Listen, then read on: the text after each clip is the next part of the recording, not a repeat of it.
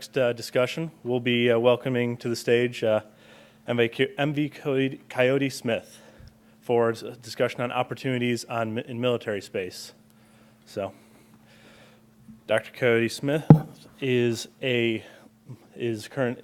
multiple years of experience in the U.S. military and the Air Force, and has served as the head of the DreamWorks at the Pentagon, I believe, correct?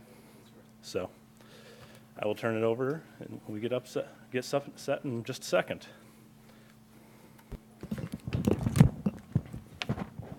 I have to be really careful with these microphones. I was at the Navy postgraduate school a couple years ago, and I was asked to give a presentation, and they were wiring me up, and I didn't know that the mic was hot, and I said some rather unsavory terms. And every time I said something, I could feel the wall vibrate behind me. And I had brought a dozen handouts to give to people, and I didn't know that what was making the walls rumble was the laughter, because they opened up the auditorium and there's 400 people standing there listening to me cuss. So I have to be careful around microphones. It looks like I'm going to be a solo shot up here, but I'm not going to. Dallas Beanhoff, would you come up here, please? You've got a job during the presentation. What I'd like you to do, I'd like you to sit on the couch, okay? Just sit on the couch. I can do that. That's right. And we're going to do this kind of a talk show style. Ladies and gentlemen, Mr. Dallas Beanhoff. Let's put our hands together for Dallas. Thank you. I'm here to talk a little bit about the military and how the military can expand its horizons into the commercial space sector. Now, let me change that a little bit, because we're here to change the conversation on space. I want to actually have the commercial space sector take over more of what now we're doing with the military. Here's why. I had to give a presentation to the Chief of Staff of the Air Force and to a brown, what they call a graybeard commission of senior officers, retired officers who helped guide the military. And I gave them some very upsetting news. I said, okay, you take a look at the defense space budget. It's roughly $16 billion a year. And you take a look at Air Force Space Command, where you have 41,000 people dedicated to either space operations or the support for space operations, and they're operating 54 satellites. $16 billion for 41,000 people to manage 54 satellites. Dallas, does that sound like a good number to you? Sounds high. Sounds high. A little, you know. A little high. Now let me give you a point of comparison. Intelsat Corporation. Do we have a representative here from Intelsat? Somebody here? Well, I checked on the internet this morning, so you never know if it's true. Probably things have changed since this morning. Intelsat Corporation has a grand total of 1,100 employees, of which 18 people are dedicated to operating their 65 satellites on orbit. Dallas, how does that compare to the way the Air Force is doing business? Might be a little cheaper. Might be a little cheaper. Now, unless they're getting high salaries. It could be. I don't know. But here's where the opportunity for the commercial side to step in and take this over. I'll show you why the military has a problem. Now, I've been in the space, in Air Force space positions now for about 27 years. I'm worldwide qualified. I am recruited, educated through a system. I'm trained as a military officer. I have to continually go away to keep my training high. I get deployed around the world. I've been deployed for 7 years out of my Air Force career to savory places, and not back doing what my perfunctory task is of operating space systems. You know, but think about this. Every young enlisted person that we recruit and we train, every officer that we recruit and we train, they have a military career that takes precedence over whatever their military operating function is. In this case, is space operations. You only sit in a job for about 2 years before they move you on, because if they let you sit in one place, it's damaging to your career. How much expertise do you think you ever get if you do a job for just about 2 years, Dallas? About 2 years worth, right? About maybe, 2 years maybe, worth. maybe a year's worth because you got to learn and then unlearn. Yeah, right? that's right. Now, one of the problems that I find when you get some of these 2-year experienced people, okay, you've done that job for 2 years, we're going to move you up to the next echelon. We're going to send you out to one of our, like, 14th Air Force headquarters, which we try to make the single point of space for, you know, your callback place. You're talking to somebody who has about 2 years worth of experience at the very technical, very sophisticated satellite operating type of systems that we're doing. Does that sound right? No. No, that doesn't sound right. You want somebody that's really steeped with experience. So we hire an awful lot of contractors. We hire a lot of contractors to augment our military talent pool. So when I say 41,000 people working on our space systems, I'm not even including all of the contractors that we have to hire to pad around our space operations squadrons, because there really is only about 2 years worth of expertise. When I arrived at a couple of space squadrons, my first year, I learned my job on OGT, on-the-job training, and the second year, my job was to train my replacement. How's that sound? Hard. Yes, very hard. You're doing brilliantly here. I can't thank you enough for being part of this team up here. I'm glad to be your scapegoat. Yeah. Now, one of the best bosses I ever had in the Air Force was the commander of the National Security Space Office, a guy named General Jim Armour. I have to say that because he's sitting right over here. I was going to say, he's here listening, so Yeah, careful. I got to be very careful. He actually started a set of thinking in motion in the small community inside the Pentagon which does space. And unfortunately, the organizations have all been shuffled around. Those people have been moved after they had about how many years of experience? Like 2? About 2 years of experience in any given place. There was a paper that he wrote which was really quite breathtaking. I thought it was going to be basically a Billy Mitchell type of opportunity for him. He wrote a paper that said that there should be a separate space force inside the Air Force. And here's why. We're running our space program like it's a flying business. You don't operate a taxi company like it's an ocean liner company. Why would you operate your space systems like it's an aircraft company? Because that's why you can only spend about 2 years at any given assignment before you have to start moving, because your career as a space professional needs to mirror and look very similar to the career of an aviation professional, because guess what? When it comes time for promotions, you're going to be competing with each other. Now, think about that. You're in an organization called the Air Force, and you have a flying airman's record, and you have a space professional's record sitting right next to you. Well, I don't even need to say the next sentence. You can come to your own conclusion on that one. But it continues to water down our core competency as space professionals inside your United States Air Force. Now, let's change the conversation. That's what NewSpace is all about. We want to change the conversation. What I would propose is that that ultimately we stop doing satellite command and control operations and some Air Force space surveillance network and the Air Force satellite control network type functions. Stop doing them like we're running an airplane business, and stop having to hire technical experts at incredibly large salaries simply to stay there so that the Air Force guys can, well, pretty much look like you're doing the operations of the satellites, while you've got the team of technical experts in the back that are doing all the hard solving. Let's actually outsource. Let's initially establish, public-private partnerships in places of those squadrons.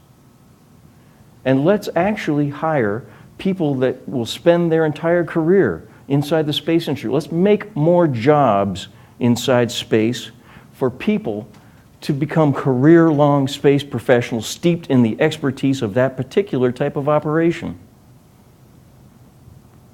Who here would like to do that? Who here would like to have a career in space?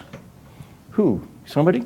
Yes. We have a company that could do that, or a group or something that could do that, I'm sure. I think a group could actually advocate for this and raise this idea forward, that it's time for us to do space the way space is supposed to be done, and not in a manner that is inconsistent with just the operations and maintaining the expertise of the personnel in space, as if it were an aircraft company. Now, we like aircraft companies. We are the Air Force, after all. I'll tell you that the Air Force, and I'm not giving the Air Force, I don't want to give the idea that I'm giving the Air Force too much criticism on this. It is a brilliant Air Force. I love my Air Force. I'm so proud of our history as airmen. I really think it's brilliant. But I think it is time for us to do something fundamentally very different with the way we do our space systems. Now, Dallas, what's your job? Yes. What's your job day to day? Create the future. Create the future. Yes, I think that's about right. Now, It is. You do a little bit of space stuff here for Boeing, is that right? A little bit, yeah. A little bit. Lunar habitats. That's right. But Stuff. But you and I have never met before. This is the first time we've seen each other. We've never. No. No. Okay. Very good. Very good.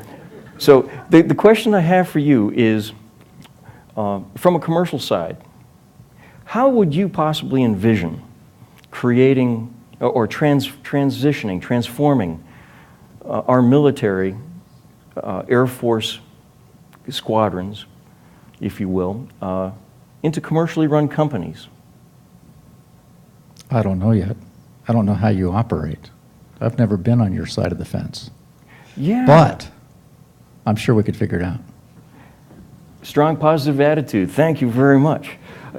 Now, the reason why I put him on the spot there is that really is the big question. How would civilians know how to do this? And this is why I recommend creating our squad or transitioning our squadrons immediately into public-private partnerships.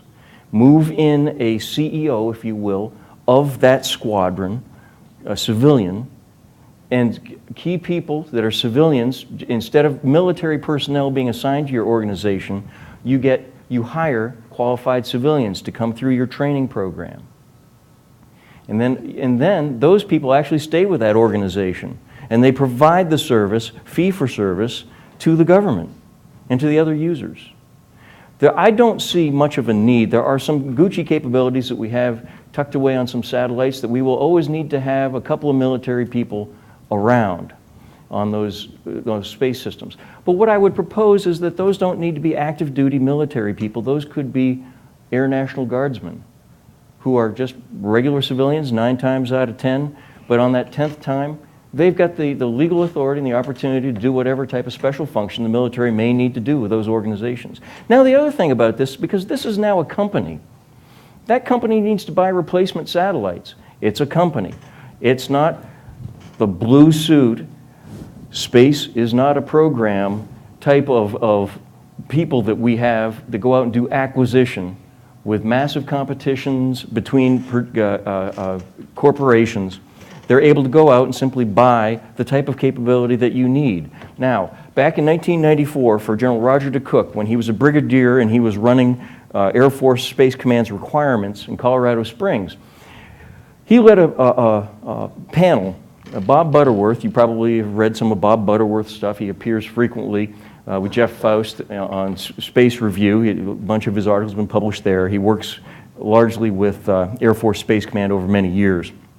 Bob Butterworth says the outcome of that study was 3 points in order to reduce the overall cost of Air Force space. Number 1 was to leverage off of commercial capabilities whenever possible. Okay, yes, we've done that.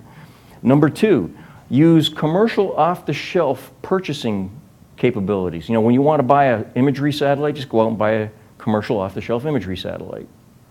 Just go to a company and buy it. And the last point was that they wanted to leverage international partnerships. Okay, well, we've had another study, Dallas. Yes, we did. We've had another study. And we did this study just a couple weeks ago. And what do you think the question was, how are we going to lower the cost of Air Force space? Buy stuff that's available. Yeah, number 1. We had the same 3 findings. In more than 15 years, we could not figure out how to leverage better off of the commercial market. We already are. And commercial off-the-shelf purchases is a little bit tricky because there's not an awful lot of folks out there that are building some of the high-tech stuff, the high-speed comm stuff that we use, or how many commercial missile warning satellites are available out there? Not many. Oh my gosh.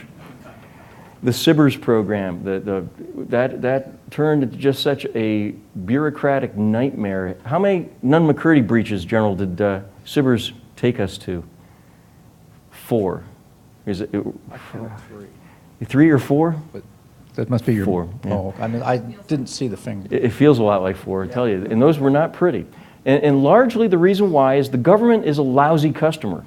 When we are purchasing our own stuff, we are a very hard, demanding customer. Would you say that's right? I would agree with that wholeheartedly. Yeah. And you're unreliable. And we're unreliable. You might not be a customer next year for the same thing you're buying this year. Right. Those points are very valid. We have a problem because our requirements change continuously. And the other thing is, when you lay out the requirements for a satellite, it might take you a year to figure out what you want. And then it takes you another year to start the drawing and the designing of it. So you get that drawing and design, and now you're already starting to fall into obsolescence with the technology. By the time you've built that, the program's ready to get launched, you're out of date and you're flying old stuff. That's a problem for us. And so we constantly beat up poor Dallas, who I've never met before until today, with new requirements all the time that keep changing. We love those change orders. Yes, I'm sure that you do. But the point, though, is we need to become a better customer. Now, maybe the government is not the people that should be buying their own stuff. Maybe if we establish our space squadrons as public-private partnerships on the way to being entirely independent corporations that provide a service for fee to the U.S. government, they can simply go out and buy using commercial practices on how to purchase without having to go through the government processes. This is how we start to change the conversation. We start to change who the responsible actors are for these space systems. Quite honestly, I don't need to spend my time recruiting, using the Air Force recruiting system to recruit people into the Air Force and train them to be airmen and have them operate space systems that are highly complex. It's designed by MIT and operated by inner-city high school graduates. What ends up happening, we hire the MIT guys to hide around the back and fill the back office, and when something breaks, they come out and they fix it. But it costs us a lot of money to do business that way. We almost double our squadron size. The other thing is when the Air Force, 41,000 people managing 54 satellites, and I believe during that study, the paper that you wrote, General, you determined there was about 13,000 Air Force space satellite operators that were in that mix. I think that 13,000 was about right. So what's the rest of those people that makes up that 41,000? Well, when you have an Air Force squadron, you have to have so many security, police personnel, you have to have so many cooks, you have to have so many people that doing personnel processes, you have to have commanders, flight commanders, etc. It just becomes very large. Now, it works highly efficiently for a flying organization, but it does not match what we're doing in space. Now, there is something that's changing right now. The Air Force is going through a massive cultural change as unpiloted vehicles, well, that's the wrong term, they are piloted, they're just remotely piloted. Remotely piloted vehicles is changing the way the Air Force conceives its own operations. And now flying operations are becoming, well, in some cases, much more similar to what we've been doing, or the way you would have liked to have been doing space. So I think the change is afoot, but I think we have the opportunity to do more commercial stuff. Now, Dallas, do you have any questions? Did you forget about the aerospace folks behind you as well? Aerospace Corporation? Yes, I like those guys. Yeah. So they're your corporate legacy. Yeah, they are. Right. And so they help you a lot too. Is that in addition to the 41,000? No, that doesn't include, that's beyond the 41,000 people. So we have actually, and I would say because we don't invest in actual making experts out of our space professionals, we suffer with having to keep them around a lot longer. We tend to solve problems as a cluster because somebody's got one piece of the puzzle, one part of the solution to any problem that comes along. Now, So when is the RFP coming out for the service company, the private partnership, public-private partnership to manage all these satellites? Wouldn't it be great? I don't Yeah. know when it's coming out. The Air Force hasn't decided that it wants to do this yet. And it's not an issue right now that's on the table. This is just an idea that a couple of us have had, over beer at the officers' club on Friday afternoons. But it's something that we think that could be entirely viable. But we need to have people that would embrace this idea. We need to have somebody that would talk about it in public. We need to have folks like yourselves and our partners at the Space Studies Institute and the National Space Society, the Interplanetary Society. We need to have this body of people embrace this type of idea for commercializing what now is done by the Air Force that need not be done by the Air Force. It will lower costs over time. It'll provide more civilian jobs in the space community. It'll provide a much better appearance to our potential international partners. One of the problems that we've always had whenever we've ticked off that mark that we want more international partnerships, we suddenly run into things like ITAR, which I hate with a passion. How much do you hate it? With a passion. Thank you. It's ridiculous the type of roadblocks that we find ourselves in, and it's because we are a government, and we have government restraints between us and our international partners. Now think about this on the side. Commercial companies, they do international as a matter of business. And there aren't lawyers, massive numbers of lawyers and diplomats involved. When the government does international partnerships, there's going to be diplomats followed by lawyers, followed by the folks that are actually going to do the job. However, Boeing, about 40% of a Boeing aircraft is made by their competition, Airbus. Conversely, Airbus, about 40% of their aircraft are made by Boeing. They really just compete back and forth for who's going to be the prime and have the lead on those projects when it comes to most of the major type of aircraft that are out there today. And you know what? They just fell into their natural niche. Boeing makes fabulous wings, great undercarriages, interiors and other control type services. That's just absolutely fabulous for Airbus. And so they have become a collaborative type of industry in building and designing aircraft. But it didn't require teams of diplomats, followed by an inordinate amount of lawyers, followed by the people who actually do the work. International partnership is the way business is just done. If me and the Air Force, if I need to acquire parts from overseas to fix my stuff, okay, it's going to go through diplomats, lawyers, and everybody else, and then I'm going to go over and get the part. Then the lawyers and then the diplomats have to go back in and fill the hole that I've created. But business just goes, hey, let's go online. We'll just order it up. The part comes. They don't care where it comes from. That's business. And you find the cheapest price, a competitive price, and a better value for your customers that you pass along as a savings, and you continue to get the job done.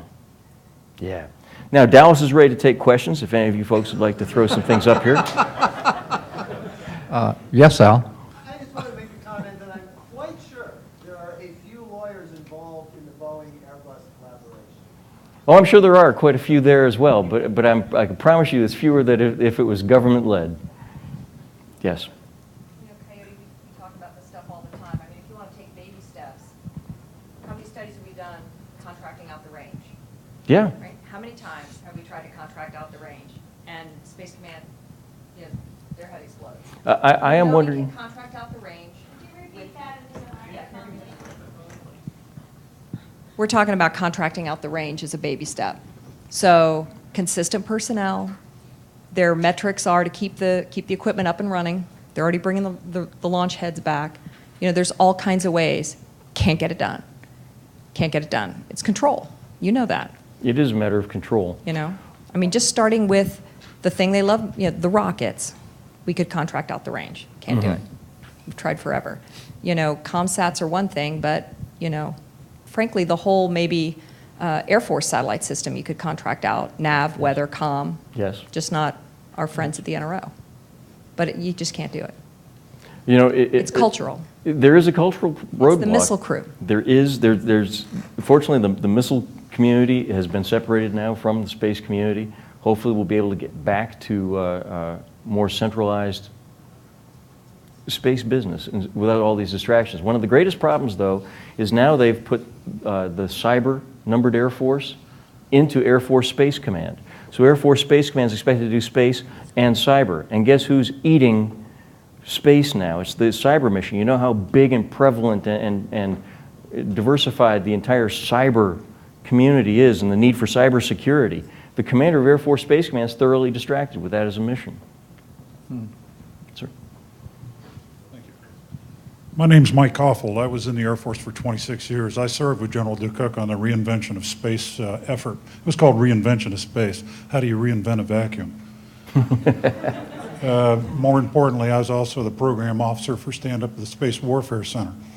My question to you is, after all that we did, and I was a fighter pilot coming to space, I was a green bag kind of guy, is the intransigence of the Space Command was the problem. They did not want to change. Breaking that culture, and we still haven't managed to do that.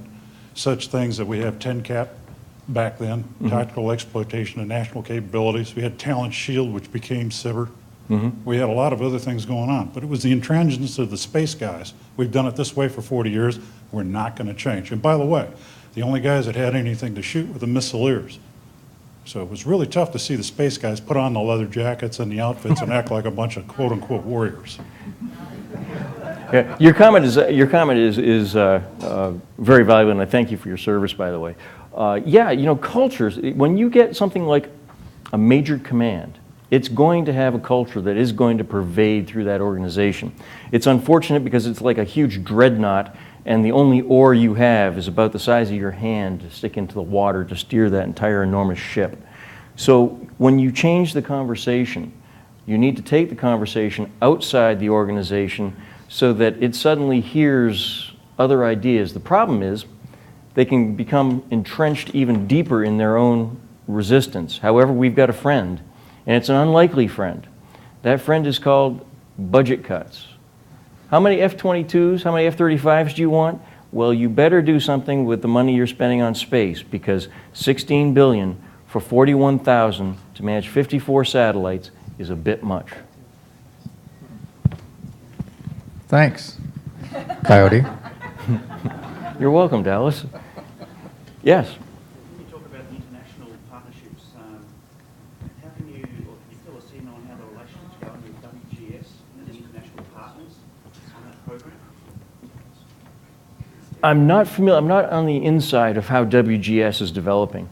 I can tell you just a couple of broad sweeping comments about international partnerships. They have a mixed track record. Sometimes international partnerships cost you more money and cause significant bureaucratic delays in accomplishing anything.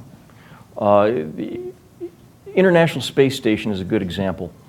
International Space Station, everybody who participated in that ended up spending more money than they wanted to spend. Everybody had their feelings hurt in the end, and so it wasn't really like this rosy, happy, good news story for international partnership. Galileo has been finding that out as well, and I like Galileo. I think it's a brilliant constellation design. I love the signal design that they have, that they've built for that bird. But Galileo itself has had a rocky international partnership, and the standing up of the Europeans, well, the stand up of the European Union in the midst of it did not help things, because everybody is trying to find their place in the sun and what their voice on these issues are going to be within that community. WGS 6 is like mid-13 now, and I think that's the international bird. Microphone? Can I just use my command voice? That's almost good. WGS 6 is mid-13 now, and so I think that's our international satellite that we partnered. I have to go back and look at exactly which one that is, but I think that's what it is. And so that's worked well. Galileo exists because we were being a little difficult when we were working with our international partners on the GPS signal. You remember that? Yeah, we were back in uniform. Yeah. So we kind of created Galileo, we the Air Force, on our GPS controls. So it is difficult, though, you're right. And, you know, and I talked to General Welsh back in the day when we were doing EELV. When he created Space Command, it was just supposed to be satellite control, right? But then with McPeak and the rest of that, and busting up SAC and TAC, you know, we gave Space Command missiles, and then we gave them launch vehicles. And that's kind of how that whole thing sort of started to spiral with the missile culture. I mean, you know, back in the day, Space Division worked for Systems Command, and it was an acquisition organization. So it's pretty hard to put the genie back in the bottle now with all of that. It is. It's very entrenched now. Your point is excellent. It's just hard. It is hard. That shouldn't keep us from trying. Oh, amen. Amen. Please start with the range. Yeah, why the range? Why we even have it? Rand Simberg. Yes, Colonel. When you were talking about this with your partners in officers in crime, whatever, did you take into account the possibility of a space guard, as has been suggested by, you know, Colonel McKinney and later, more recently, Jim Bennett, and how that might help transition this? Because that would be one way of breaking the culture if we establish that organization, and they'd be much more amenable to doing this kind of contracting. Yes, in fact, the idea of a space guard closely mirroring what we do with our Coast Guard is an idea that keeps popping up, and it's one that I like very much.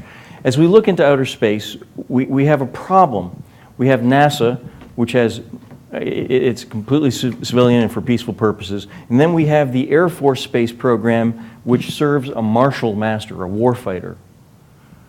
Well, you know, it would be excellent if we had a guard-type construct, a space guard instead of a numbered Air Force for space, simply for this reason. Somebody needs to do constabulary enforcement of laws in outer space.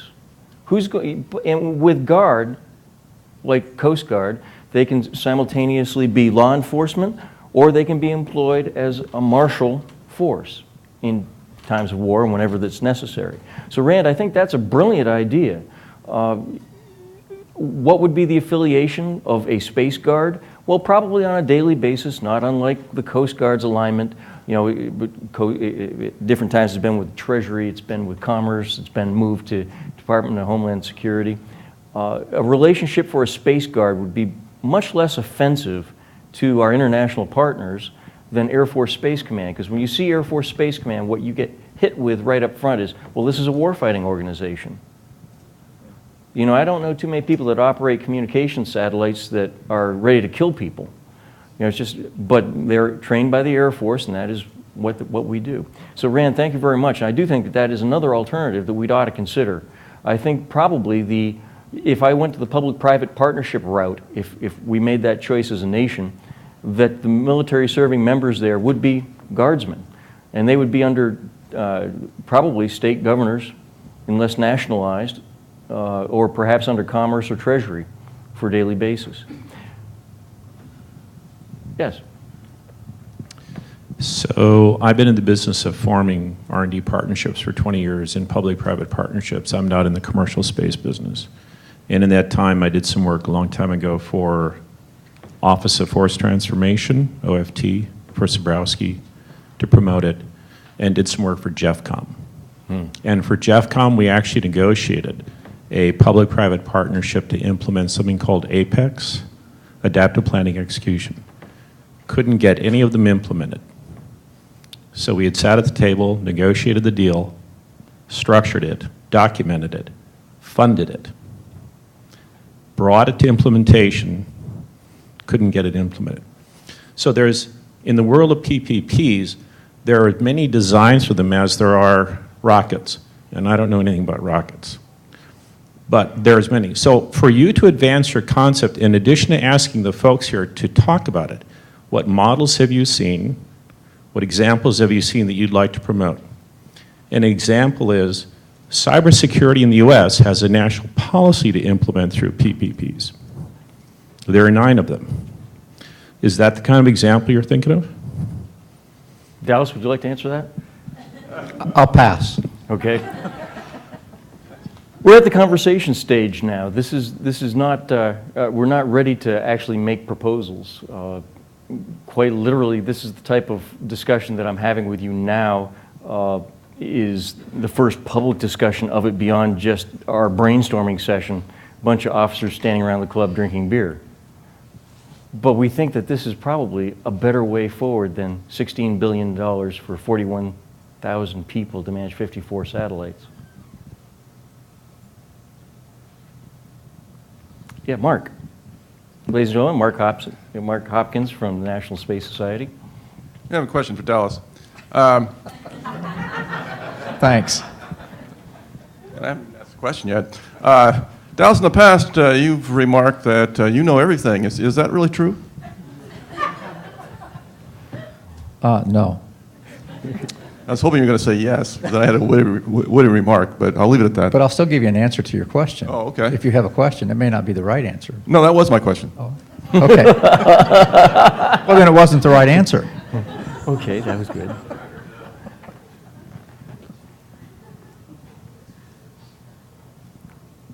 Anything else from the floor? 10 minutes left. There's one on the right. Good.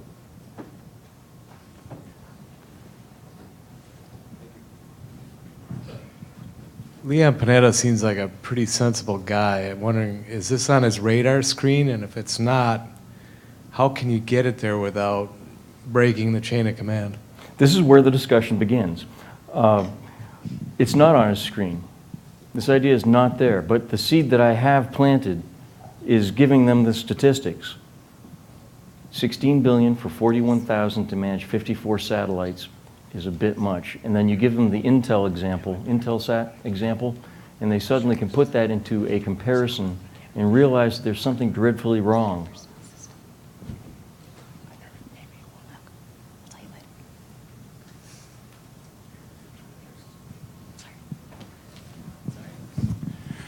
Coyote, would a space guard concept help with the problem that we have with space situational awareness, the fact that there is a seemingly disconnect between the private sector's need for information on conjunctions and the military's reticence to provide that information freely and openly? Would the imposition of a space guard possibly help with that?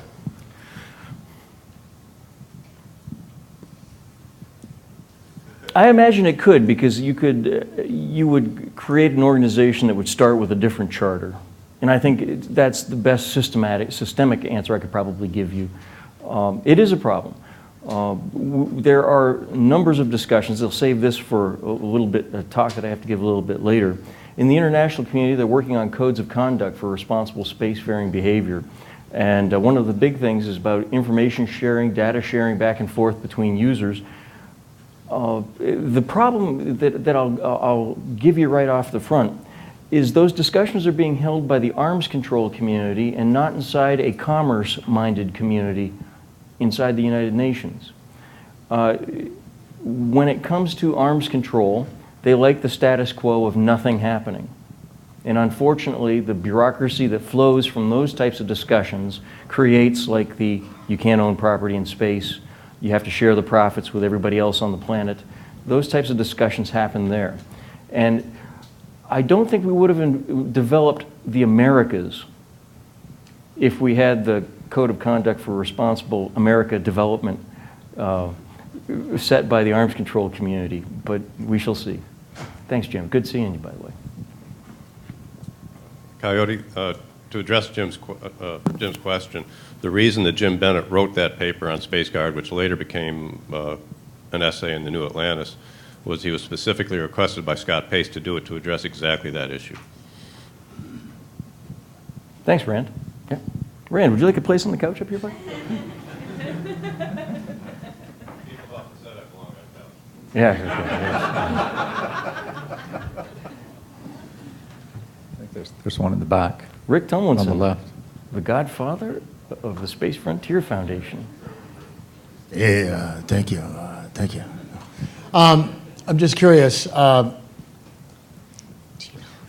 Some version of the Space Guard you are talking about as an international entity, correct? Well, I was thinking initially as the United States Space Guard. Okay. Right, so in this formulation then, what you're doing is you're triggering a reaction from our friends in China and Russia to create their own Space Guard? Well, it could work that way, yes. So now we've triggered an arms race in space? No. No? Okay, I'm just curious. Or do you bring them in? You know, And by bringing them in, now what you have to do is establish an international regime of behavior, because you have to have metrics by which to decide when you engage Space Guard against, for, or in support of, or whatever, the acts of any particular national player. So there's a lot of different international policy decisions that come shooting out of this. It's not just a let's form a Space Guard, sort of like the U.S. Coast Guard. The Coast Guard has to operate within the parameters of existing national, international policies, et cetera, et cetera. So I'm just curious what your thoughts are on that. Yeah, I think actually the Chinese and the Russians would welcome a move away from the much more martially focused Air Force Space Command to a U.S. Space Guard if that were to be created.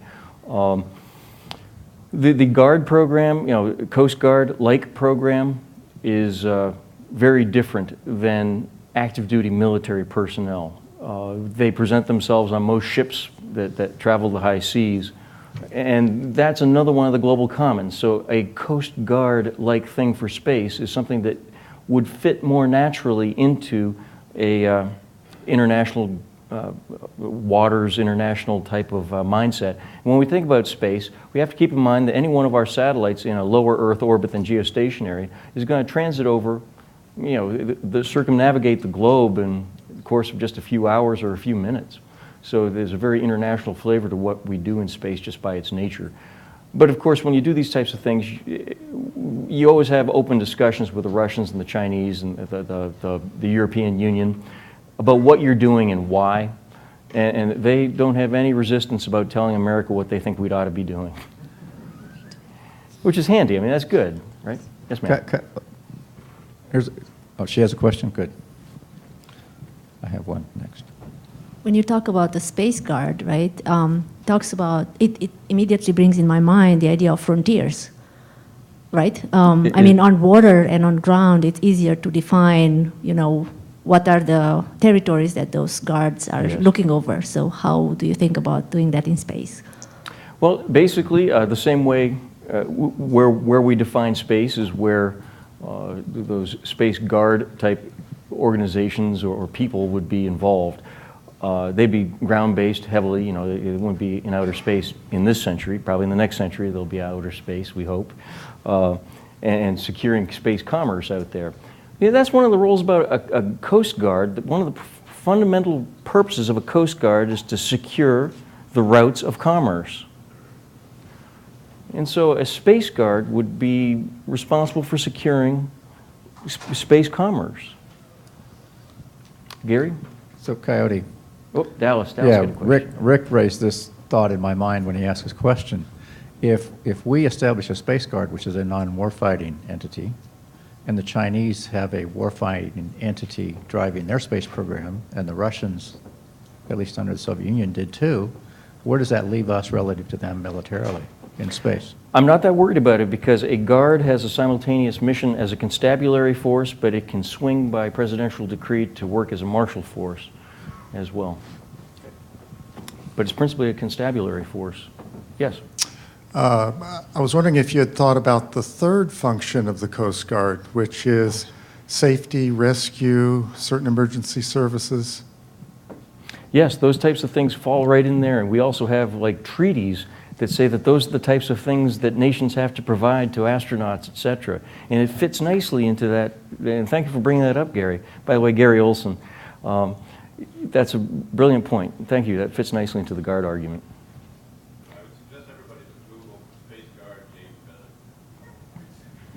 Google Space Guard James Bennett. And wait, I've got just a few seconds left. Yes, sir. Thank you. Everybody who's in this room understands the importance of a Space Coast Guard or planetary defense. But I can tell you as someone who has actually walked around and talked to congressmen and space staffers, when you talk about why we need this, sometimes it doesn't always come through. And I think that, Coyote, what you're doing is awesome, but we as advocates and activists need to make sure that when we are out there, we are explaining how truly important this is, because the next Tunguska event might not happen in Siberia. It might be New York or somewhere like that where it's really bad. So have you thought about how we can get beyond the sphere just out inside of our Air Force culture, but also to maybe widen our net?